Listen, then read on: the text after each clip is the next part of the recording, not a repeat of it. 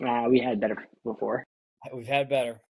That was my fault. I'll own that one. I'll own that one. What is up, everybody? Hope we're doing well. Season's starting to get a little bit nicer. I did say to my clients, this was a question a day I had my clients like a month ago when it was starting to get warm, and you know how it gets like you get like a fake spring in Ohio. There's maybe not been a lot of other places, but Ohio goes through all the seasons, could potentially go through all the seasons in 1 month. So usually March it's like snows, then it gets actually hot, and then you can get summer, and then it snows again. But we're in that fake spring right now. And I had a question, do you think it's going to snow again? And everyone said yes, and I told them no. And here we are. You were right, at least so far. It's like 65 degrees, 75 degrees outside. Maybe not 75, Dude, 65, 70 degrees. now, yeah, you can get all the seasons inside of 1 week in Ohio. Yeah. Yeah. Speaking of fun questions, Luke has a fun one geared up. Yeah, this was a fun one. Shout out to robots queuing this up. The question is, if you could only do this superset of 2 exercises the rest of your life, what would it be? For me, I was thinking about this. I wasn't supposed to think about it too much before we got on, but I'm thinking it would have to be a compound squat and some type of pressing, like a bench press or a dumbbell bench or a neutral grip bench. Or I'm not a big fly. I don't really like flies. Do you like the machine flies? For me, I don't know. It kind of hurts my shoulders when I do them because I think I'm just too big, or I'm definitely just doing them wrong. I've been doing them wrong my entire life, and I don't put enough stress. Like I get to a point and then I overextend. But At least I'm you know it. I'm gonna say it's because my pecs are too big. Yeah, definitely too big for the machine. You definitely max it out, filled it out. It's Yeah, machine's fault. What's a compound squat? You mean like just a barbell back yeah, squat or a front squat? Okay. exactly. Like Um, type of squatting that's like both feet are on the ground. It's not a machine, and like you squat as low as you can, then you stand back up. feet flat. Like you're squatting over a hole. Shout out Mine, my superset would probably be going to make some people upset here. Chin ups.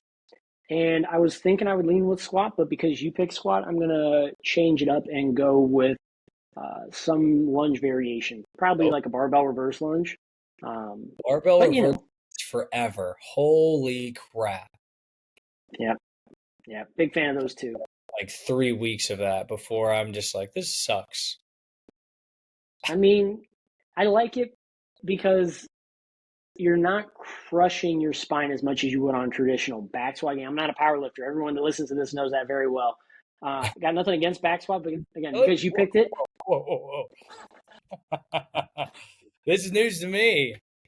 that I'm not a power lifter, I understand that. The numbers I put up, I would be confused if I were you too.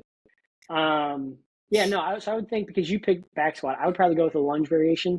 Um, just because we're dealing with lighter loads, unilateral work has a lot of payoff to it. Again, Sure. this sounds like something I would say. So yeah, I would do with some lunge variation. I don't know. I mean, if I just leave it at lunge variation, you could also do lateral lunging. I could do like four Yeah. lunges. Could use dumbbells. I mean, there's a lot of options to play around with. So That's I'd say chin ups and some kind of lunge variation for me. I like that. I was thinking about chin ups. Because I always fall back on. I love heavy chin ups. I don't You know might what as well. You might as well pick chin ups. If your pecs are too big, let's work on the posterior, man. that is such a. I mean, those are my weaknesses. So but who wants to do Lean into it. forever? Nobody wants to train their weaknesses unless you're like David Goggins or something. Stay hard. That's like his whole thing. It's just like Yeah. you got to do things that suck all the time. Embrace the suck. Yeah. I mean, there's something to that, but if you're dreading your training, we'll get down a philosophical rabbit hole real quick.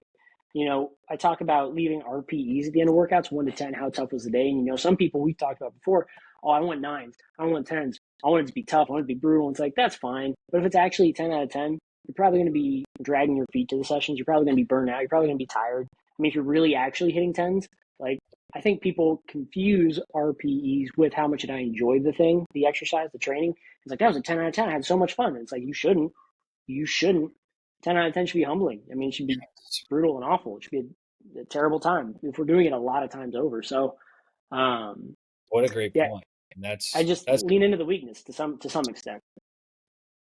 Yeah, I guess that kind of piggybacks into our next things that we're talking about injury and that kind of stuff and weakness and I didn't training. even plan that transition. That worked out well.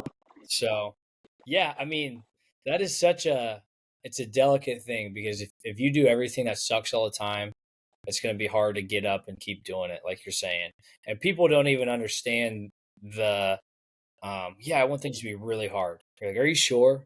Because if you really wanted things to be that hard, you would not be able to keep performing at the level that you want to keep performing at. You know what I mean? Like 100%. I had a And that's, lot of go ahead. conversations with coaches about that, but I was gonna say hey, that's one thing I miss about doing the in-person thing versus online is I can hear someone, say that was an 8 out of 10 for level of challenging. I can say, great. I mean, I have to accept that for what it is. I have nothing else to go off of. I mean, if I get a video to review, that's a different thing. But in gym, it's like you can stand over them and say, we're not racking this bar. You have 8 reps. You've done 8 reps. Keep going. point. Keep going until that bar slows down and stops moving. I mean, we might get 12, 15 reps, and someone says, I didn't know I could do that. It's like, welcome to training. Yes, Welcome to training. It's about stepping outside that comfort zone and really finding where those limits are safely. I used to say a long time ago that coaches' jobs are to systematically find failure and inch you within safe parameters of it. And not many clients like that definition because it's true. To walk right up to failure and say, "Oh, that's where it lives. It's at that door in my neighborhood. That's a lot closer than I thought it was." Or "Oh wow, I wasn't even challenging myself." It's humbling and it's tough and it sucks. But it's so important, and that's tougher to do. It's possible, but it's tougher to do in a digital space. understanding how to strain, I think, is we talk about this a lot at the gym, and we have clients, and that's why it's. I mean, that's half of training is understanding where your limits are and how to strain through those limits and push yourself. And a lot of people don't even understand how to get there. So it's a nice way to kind of like steer them on a path. And today was awesome. I had an eighth grader in, and I had like a one-on-one session with him, and we finished with just some curls. And I Mm-hmm. was like, all right, we got like 2 minutes left. I was like, get some dumbbells, like get some 15s, and just curl until you can't, and then get some 10s until you curl until you can't, and then some fives, right? And sure, it's a lot of volume. It's just a little bit of finish or get some blood flow in there. But this is something where like now I can talk to him the next time and be like, hey, that was really hard, right? And you understood like the ability to like go till failure, right? And some of those things help you determine different weights for other exercises and things because now you understand what this feels like to be in that situation and feel what it is to actually be at a point where your body cannot do anymore, you know, in a Yeah, safe way. Like curls, it's not like I'm putting him under a bar and having him squat until he blows his back out because he can't stand up with it. You know what I mean? Like you have to be safe about what you're doing, and that could be a whole other thing too. But I guess that also piggybacks into the injury thing too. So no, yeah, 100%. I was gonna say that's exactly what we're here to talk about. Is tons of ways you can spin it, but at the end of the day, and I know I've said this before, the myth is one of two things. I strength train so I shouldn't ever get injured. That's not the case. Or I fear training because there's inherent risk in it. I may get injured. And it's like, that's true. It's possible. But the whole point of strength and conditioning is you're reducing the risk of injury. You're never going to reduce or eliminate the risk of injury itself. You're going to reduce the risk of it. yeah, And the way we do that is by building strength, by building resilience, being able to withstand these forces that we're putting literally on your back. And part of reducing that risk of injury is prep and warm up. And I think a couple of times we've talked about warm up, but people sometimes just don't want to do it. It's like, yeah, okay, that's I understand the mentality of wanting to get right into the work. And there's tons of ways you can structure warm up. We've talked about it. You can, do prep sets of something. You can do an actual warm up. You could do cardio maybe or some kind of circuit. yeah.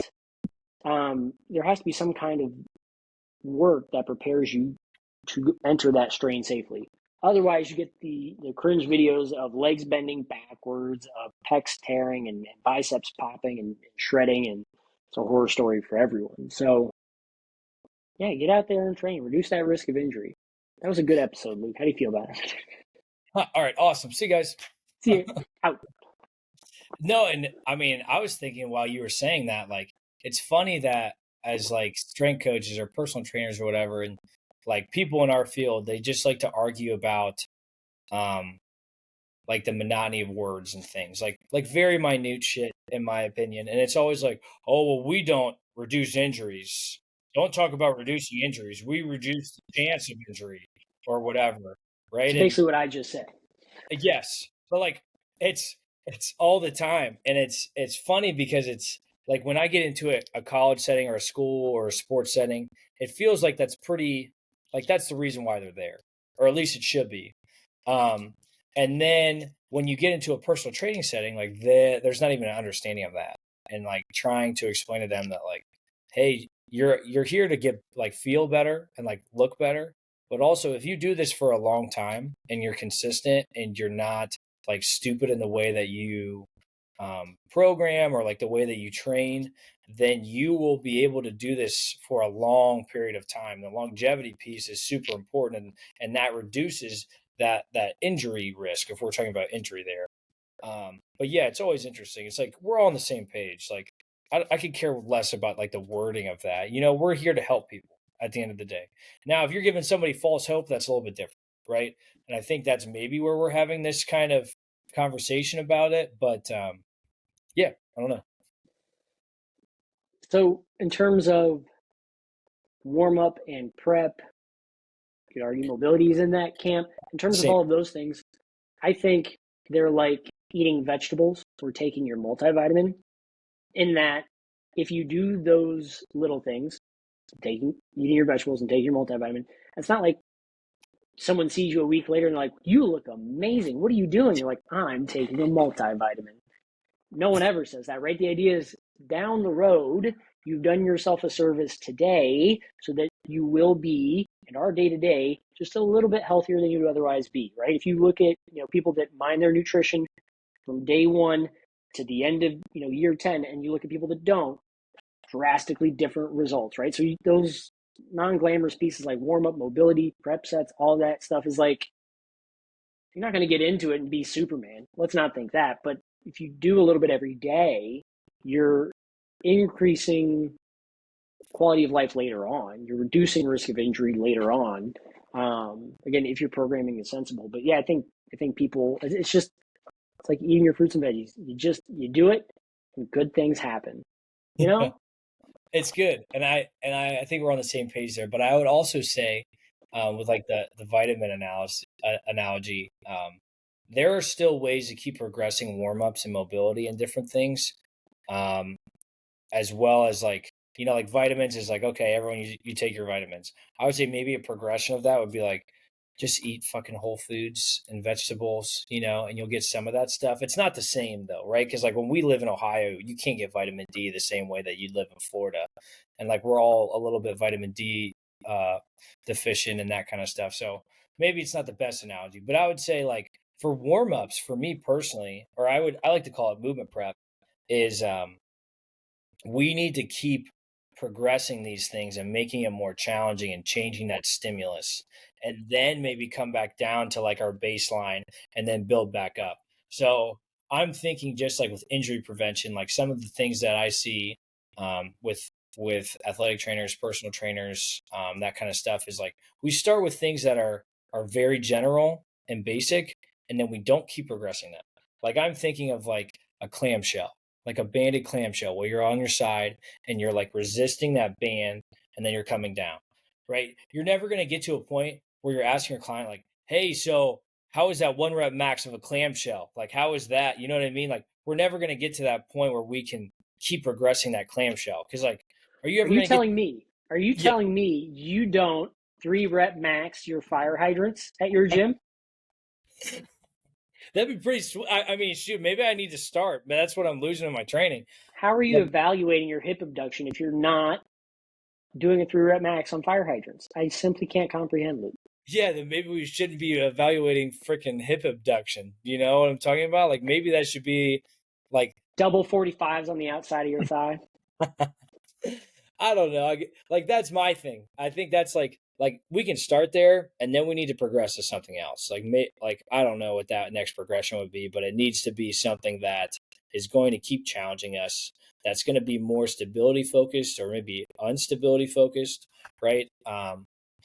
So I'm just trying to think of some examples, but that's the big one that catches my eye, and I just keep thinking about. It's like we can do all this stuff that's like pity patter, like banded stuff, and like that might help somebody in the very short term that's like really injured, that has something that's super serious, right? But if we do that for 6 months and we just keep doing that, and I'm also thinking of like adults, when adults get out of like a physical therapy setting and they just send them on their way because they check marked whatever they're looking for. Usually it's like a range of motion thing or something. I don't want to, put somebody in a box, right? But like when you get out of a setting like that, they don't keep progressing programming anymore. So, right, like my mom has been doing the same banded hip stuff because she broke her hip like a year ago, and she's been doing the same stuff for 6 months. And now we're not in a place where it's getting a ton better, but it's better than it's been because at least she's doing something, right? But like that stimulus, like your body still is getting used to that. Now it's just like, okay, like if I do 20 push-ups every day, I'm going to get really good at 20 push-ups, but I'm never going to get good at 40 push-ups. I might be better at getting there, but I'm not going to be like perfect at the 40 push-ups. Yeah. So if we're talking about injury and coming back from injury, there is certainly a bridge of continued care from PT to strength and conditioning. I would disagree in terms of progressing and periodizing warm-ups because I would focus more on the progression of the lift itself. Again, the warm-up can vary. The warm-up can be progressed. I wouldn't focus most of my efforts on that. I don't think you would either, but it depends upon the person. If we're looking at injury specifically, I mean, the PT that your mom is doing is not her prep work. It is the workout. I mean, I could be misunderstanding, but it is the That's, workout itself. that's what I'm saying too. Is like now that maybe that should be your warm up now. Is what I'm Yeah, saying. yeah, yeah, yeah. The plane itself definitely needs to be periodized and progressed. Absolutely. But yeah, in terms of warm ups, I don't know. They look different for every person. I mean, you think back to the athletes we work with, and their warm up was super structured, somewhat progressed sometimes. Um, and then I don't know. I think about some adult clients. I don't know that for the most part, for most adults that come in and want to move better or gain mobility, I don't know they need anything crazy periodized in terms of warm up. For people that want to see weight loss, I don't think they need anything. I think got to get the heart rate up a little bit because, again, we talked about before, the goal is to get moving in the session. But if the goal is strength, to build strength, yeah, we do want to take our time progressing and leaning into that. But yeah, I don't know. Progressing warm-ups is an interesting point. I mean, it's like, well, I'm thinking about mobility things too, right? Because if you just do like you're on all fours, like a quadruped T spine rotation, and then Mm-hmm. like the next step is like, well, maybe it's not even a next step. It might not be a progression, but it's going to be like a variation of another T spine rotation. It could be standing, it could be on your side, it could be, you know what I mean? Like I think that is what I think of in this realm, because this person still needs to work on that T spine mobility, but it probably is going to get way easier if we do the same mobility way for like 12 weeks. You know what I Mm-hmm. mean? Mm-hmm. So maybe that's my thought behind that too. And like warm-ups, um, I mean, I would think that like in some ways it's like maybe it's variation more than it's progression. But it's still like the same line of movements. Like we're still hitting the same things, and it's still Yeah. the thing they need to still work on, um, and their weaknesses. But I don't know. Yeah, I mean, at the end of the day, it comes down to getting the client adequately prepped for whatever the workout is to come. That's what's Yeah. going to reduce that risk of injury. So, mobility, I get where you're coming from. I don't know that most people, in my experience, the majority of people's mobility work is when they come in to the gym or get ready to start their session at the front end and back end of the workout. A lot of times they want to skip that piece. Yeah. So I wouldn't even devote that much mental effort to varying pieces out until I see that we are actually gaining mobility and moving through these patterns more easily. And again, why not talk about it now? People that go to yoga religiously, I mean, 5, 6, 7 days of the week might have outstanding mobility. Guess what? They're not going to stretch as much in their warm up. This is going to shock some people, but if you go to yoga every day, if you can tie your shoe bent at the waist with straight knees, there's a good chance we're not going to do our toe touch squats. There's a good chance that we're not going to do our kneeling hip flexor stretch or our Spider-Man stretch. You don't need it. What you need to do is work on some prep sets under the bar or with the dumbbells or work on isometrics. Those that have incredible mobility need to maintain that mobility, but it does not necessarily need to be the warm up, right? Like that'd be like a power lifter getting ready for bench with the bare bar. And there may be some that do that, but they're not taking 3 to 4 prep sets with a barbell, right? Yeah. We're working up to the weight that we're going to use very quickly. There's so much stability there that we can get more aggressive in our loading of it more quickly. Now, would I work on stretching and mobility with them? Sure. There's certain areas that we got to mobilize, of course, Yeah. absolutely. So it comes down to really, do you need mobility? Do you need stability? Most people fall somewhere in the middle. Yeah, it's personalized. Yeah. Yeah. And Yeah. maybe that's kind of it too, right? Like when you're working with a team, I'm thinking of specifics where like I'm going to kind of periodize like movement preps or warm-ups that are going to like enhance us as we keep getting farther through our training. Like it's going to, it might keep changing depending on how things are going, but usually like with a football team, like what am I thinking of? I'm thinking of guys that have like shoulder, knee, hip issues and um like being able to get like mobility there and then also add like stability. So it's like trying to do both of those things for that specific group. And that would also tie into what they're doing for the day. You know what I mean? So if they're doing like bench press, we're going to probably do some posterior shoulder work to start in our movement prep, as well as get some quality warm up sets in and then work on, just like stabilizing everything around our shoulder to help us press. That's basically what we're doing. And there's a lot of So, ways to do that, right? so it sounds like you're not having them do a lot of isometric split squats and isometric bodyweight squats on a bench press day. That's seems unwise, Luke. Seems unwise. How are we going to properly utilize leg drive if we're not doing our isometric and dynamic split squat variations on the front of the day?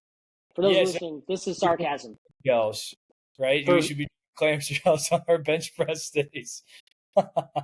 you see where I mean, that's how we're going to get good leg drive. Again, for those listening, this is sarcasm at its finest. I'm giving Luke a hard time. Obviously, we're going to warm up our shoulders on bench day. I'm not saying neglect the legs on bench day. Not saying that at all. But let's not stress out over prepping our legs when it's a bench day. Focus on the task at hand. Yeah, absolutely. Yeah, training teams is interesting though, because to your point, it's like a needs analysis, right? Which is, what does my demographic have a tough time with? What areas do I need to tend to? And that's pretty tough when you have that needs analysis of the sport alongside all of these athletes that have, and in some places lack, mobility or stability. I mean, a team can vary, as you and I both know. You can have some people that move really, really well, and some people that, to put it politely, do not move well. So it is tough to sort out and periodize your mobility work for the people that need the more advanced stretches or need simpler ones or what have you. So yeah, scaling your warm ups absolutely is key. Yeah. Yeah. There you go. We burn that one down. I mean, I think there's obviously a lot we can talk about with entry, but I think some of that stuff is like I listened to another podcast that was interesting and a guy talking about especially with working with groups, he printed out these cards and laminated them.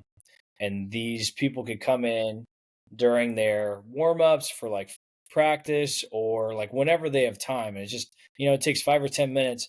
And these are the things that um, like the main areas of focus for this group. So if it's like shoulders, knees, and hips for this football team, they have like specific things for stability and mobility for all of those, and like maybe activation too. I don't know if you want to count that as the third one, but like you can do all those things to get you ready for the day or if you're having some issues with that certain joint, then you can go in and do that.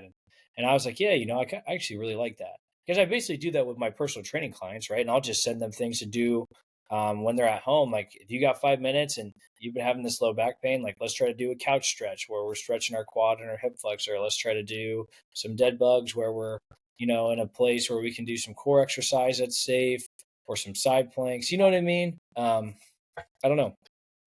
There's power in some shorthand work done consistently. I do like the idea of having like go-to workouts that are prep that you can run through. Mm-hmm. Here's one that I don't want us to get too lost down the rabbit hole on, but I've got hit with this question many times. You probably have as well. Hey, coach, this hurts. Can you give me some stretches for it? Yeah. Got mixed feelings on that one. Hey, this hurts. What do I do? I get that all the time. What is this? What can I keep doing this? And and I'm like, I don't know. You tell me. Is it gonna fall off? That's Absolutely. all the time. I probably have that's on every range, wherever you are in this field, whether you're athletic training, personal training, strength conditioning, whatever, you will have that point. And even if you're a coach, like I remember, like as just a coach of like soccer, like, oh, this hurts. Like, what should I do? And then the coach is just like, get out there. I don't care. But I don't know. It is an interesting point, and it's one of those things where it's like I don't know what to do unless you give me more information, right? Yeah, I mean, I have the same handful of follow-ups, right? Hey, coach, I hurt X. First follow-up. Sorry to hear that. When did this happen? Hmm. How did this happen? And what does it hurt to do? You can Yeah. give me those three things. I can better understand what we may need to avoid. Um, Again, to circle back to what we were talking about earlier, a healthy sense of mobility can help to reduce risk of injury beforehand. If we have, let's say I don't know, arbitrary example here, let's say we pulled something in our hip. You say, hey, coach, I pulled my hip. Can I have some hip stretches to help with that? Hmm. Everybody's different. Depends on what we did to it. I know that. Again, I'm not a PT. Staying within my scope of practice here as a strength coach, my rebuttal would be, this hurts, and you want a workout, albeit a light one, that focuses on that group. What if we just don't? What if we Yeah. just don't? What if we just go home? What if we rest? Or, if it doesn't hurt, maybe go out on a very light walk. Or if we strained something in our hip, maybe we focus on shoulder mobility. What is Yeah. this? I don't know when people thought that stretching is like the new cure-all, the new ibuprofen, the new Tylenol. Like I take that and I'll be fine tomorrow. I don't know when that happened. Yeah, it is interesting. I feel that happens more with hamstrings than anything else. And I'm like, somebody will pull their hamstring and then they think that if they stretch it more, it will help. And then I have to tell every single athlete, like, it's already pulled, so it's already stretched. If you stretch it more, you will do more like harm than you will do good. And that is an interesting one. I get that a lot with stretching. I get it with Um, hips, shoulders, hamstrings. I mean, pick any yeah, spot on the body. I've heard for all of them. I think it's a well-intentioned question that clients are asking, but I don't know why we think that that's going to help as much as just resting it would. yeah. Maybe it's the human nature, right? Oh no, I did something. This feels off. Now I need to do something. I need to take action to fix it. It's like, well, not necessarily. Not necessarily. Um, Again, No, yeah, beforehand it helps. Afterhand, I'm not sure. I don't. I'm not a big supporter of it at this point in my coaching career. yeah. I'm trying to think of things that I do. I mean, if I have time, I might try to do things that are like the opposite muscle action, but it kind of depends, Reciprocal inhibition. I'm with it. Yeah. Right. So if it hurts the press, then we're going to do some posterior shoulder work. We're going to do some face pulls. We're going to do some pulling. Like things like that should be basic, but you're trying to make it, you don't want to do too much because if it's, like if you do something where they don't even know what's really going on, and we talked about this because they might really not even understand what's going on, and then you give them something and then you made it worse because they gave you information that was not great. This So is where we that, talked. yeah. Sorry, you go ahead. Finish your point. No, that's just where like our backgrounds come in. And I would say like I'm still not the one that's going to do all this muscle testing on you, right? That's not my scope of practice. You should go see a physical therapist or an athletic trainer or somebody that, they're the ones that are certified in that and I'm not. So It's exactly what we were talking about last time we talked about this, which is PT, personal training, versus PT, physical therapist. They are not the same, Yeah. right? So why I asked those three questions. What happened, or when did it happen? Sorry, I got background noise. So that's why I asked the question, when did it happen? How did it happen? And what tends to aggravate it? The more information they give me, the better. Again, with that information, may decide that we need to do nothing. But yeah, to give an example of kind of what you were mentioning or what you were talking about in terms of the opposite side working. Let's say an athlete, this is to help the audience kind of better understand it. Let's say an athlete says, my hip flexor feels off. You say, got it, understood. We're going to focus on glutes to get the backside working, take pressure off that hip flexor. Yep. Maybe it's not actually their hip flexor. Maybe it's something more in the groin area, right? And so now they start to go up into their hip lift, their hamstring is working, and it actually feels worse now. Yeah. And because that area is compromised, they also arch their lower back. So now we had an athlete that thought it was their hip flexor. Now they have something more strained in their groin and their lower back hurts because you tried to help us coach. Way to go. I repeat, just figure out what's going on, get context, and educate, right? And again, in the personal training business, people may want what they want. I really think stretching it out would help me to feel better. Then you're doing so at your own risk. I'll give you a handful of stretches that I think may help, but my professional advice is that you allow that to rest.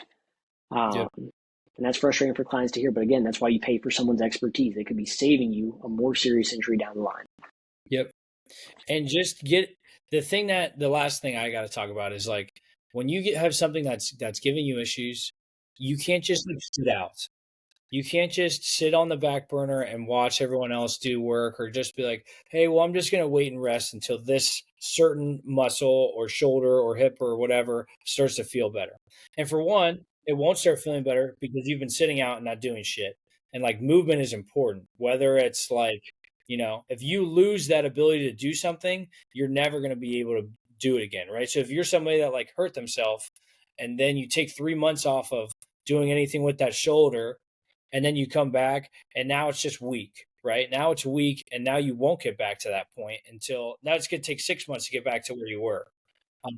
I don't know. That's something that I get really pissed off about is like, just attack the shit that you can do, right? Attack the dragon. That's something I learned from, what's his name? I'll think about it here in a second, but I went and saw him speak at a conference a long time ago. He was a friend of our former bosses, but, Matt Nickel. There you go. Matt Nickel. That's his name? Yeah. But his big thing is attack the dragon. So if you're injured and one thing's hurting, we're going to do everything else and smash the crap out of it, right? We're going to do legs. We're still going to do legs if your shoulder hurts. We're going to do the other shoulder. We're going to press with that shoulder and pull with that shoulder.